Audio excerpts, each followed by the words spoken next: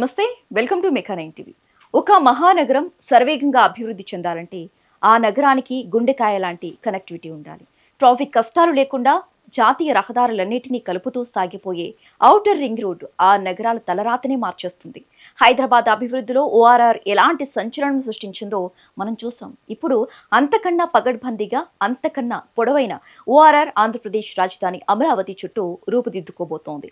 ఏకంగా 190 కిలోమీటర్ల పొడవుతో ఎన్టీఆర్, కృష్ణా, ఏలూరు, గుంటూరు, పల్నాడు అనే 5 జిల్లాలను కలుపుతూ ఈ భారీ ప్రాజెక్టును కేంద్ర ప్రభుత్వం ఆధ్వర్యంలోని NHAI నిర్మించబోతోంది. అయితే ఈ ఓఆర్ఆర్ అనేది ఒక axis controlled green field road. అంటే మీకు ఇష్టం వచ్చిన చోట ఈ రోడ్డు ఎక్కేందుకు అలాగే దిగేందుకు అవకాశం ఉండదు. కేవలం 19 చోట్ల మాత్రమే ప్రత్యేకమైన ఇంటర్చేంజ్లను ఏర్పాటు చేస్తున్నారు. మరి ఈ 19 ఇంటర్చేంజ్లు ఎక్కడెక్కడ రాబోతున్నాయి? ఏ జాతీయ రాష్ట్ర రహదారులను ఈ ఓఆర్ఆర్ క్రాస్ చేయబోతోంది? అమరావతి ఓఆర్ఆర్ రూట్ మ్యాప్ ఏంటి?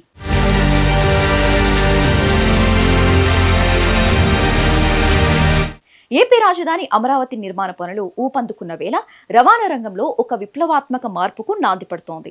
అమరావతి, విజయవాడ, గుంటూరు నగరాల చుట్టూ సుమారుగా 190 కిలోమీటర్ల పొడవైన ఔటర్ రింగ్ రోడ్డు DPR దాదాపు సిద్ధమైంది. సుమారుగా 24,000 కోట్ల రూపాయల అంచనా వ్యయంతో నిర్మించనున్న ఈ ప్రాజెక్టు భవిష్యత్తులో అమరావతికి ఓ మణిహారంలా మారిపోతోంది. వాస్తవానికి NHAI మొదట 17 ఇంటర్చేంజ్లను మాత్రమే ప్రతిపాదించింది. కానీ స్థానిక ప్రజల అవసరాలు, రాష్ట్ర హైవేల కనెక్టివిటీని దృష్టిలో ఉంచుకుని ఏపీ ప్రభుత్వం మరో 2 జంక్షన్లు పెంచాలని కోరటంతో అవి 19కి చేరాయి. హై స్పీడ్ కారిడార్ అయిన ఈ ఔటర్ రింగ్ రోడ్లోకి వాహనాలు ఎంట్రీ ఇవ్వాలన్నా, ఎగ్జిట్ అవ్వాలన్నా కేవలం ఈ 19 ఇంటర్చేంజ్ల వద్ద మాత్రమే సాధ్యమవుతోంది.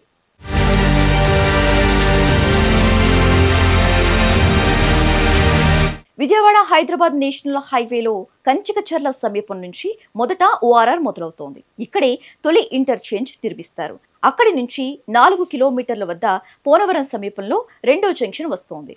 18 కిలోమీటర్ వద్ద దుగ్గిరాలపాడు సమీపంలో మూడోది. ఆ తర్వాత 31వ కిలోమీటర్ వద్ద మైలవరానికి దగ్గరలో భద్రాచలం, సీతారగంజ్ నేషనల్ హైవేను క్రాస్ చేసే చోట 4వ ఇంటర్చేంజ్ రానుంది. నూజివీడి వైపు వెళ్లే రాష్ట్ర రహదారిని కలుపుతూ బొద్దనపల్లి సమీపంలో 5వది, అలాగే అగిరిపల్లి వద్ద 6వ ఇంటర్చేంజ్ నిర్మిస్తారు.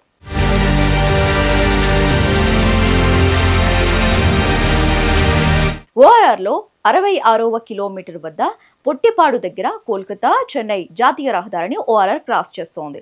ఇక్కడే 7వ జంక్షన్ ఉంటుంది. ఆ తర్వాత వెన్నుతల, కంకిపాడు, గుడివాడ రోడ్డును కలిపే మణికొండ వద్ద 8, 9 ఇంటర్చేంజ్లు వస్తాయి. మచిలీపట్నం పోర్టును కలుపుతూ వెళ్లే విజయవాడ హైవేలో చలివేంద్రపాలెం, దౌలూరు మధ్య అత్యంత కీలకమైన 10వ ఇంటర్చేంజ్ వస్తోంది. గుంటూరు పరిధిలోకి ప్రవేశిస్తూ నందివెలుగు వద్ద 11వ జంక్షన్, ఆ తర్వాత తెనాలి సమీపం నుంచి కాశా వరకు నిర్మిస్తున్న స్పర్ రోడ్ మొదలయ్యే చోట 12వ ఇంటర్చేంజ్ నిర్మిస్తారు.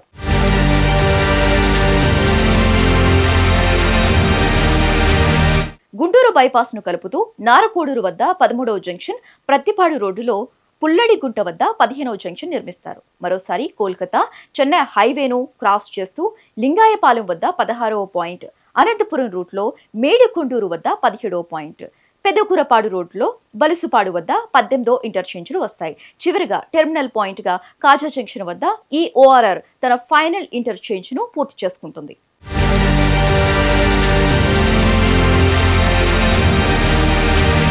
విజయవాడ, గుంటూరు నగరాల్లోకి భారీ వాహనాలు రాకుండా నేరుగా జాతీయ రహదారుల మీదకు మళ్లించడానికి ఈ 19 ఇంటర్చేంజ్లు ఒక మాస్టర్ ప్లాన్ లా పనిచేస్తాయి.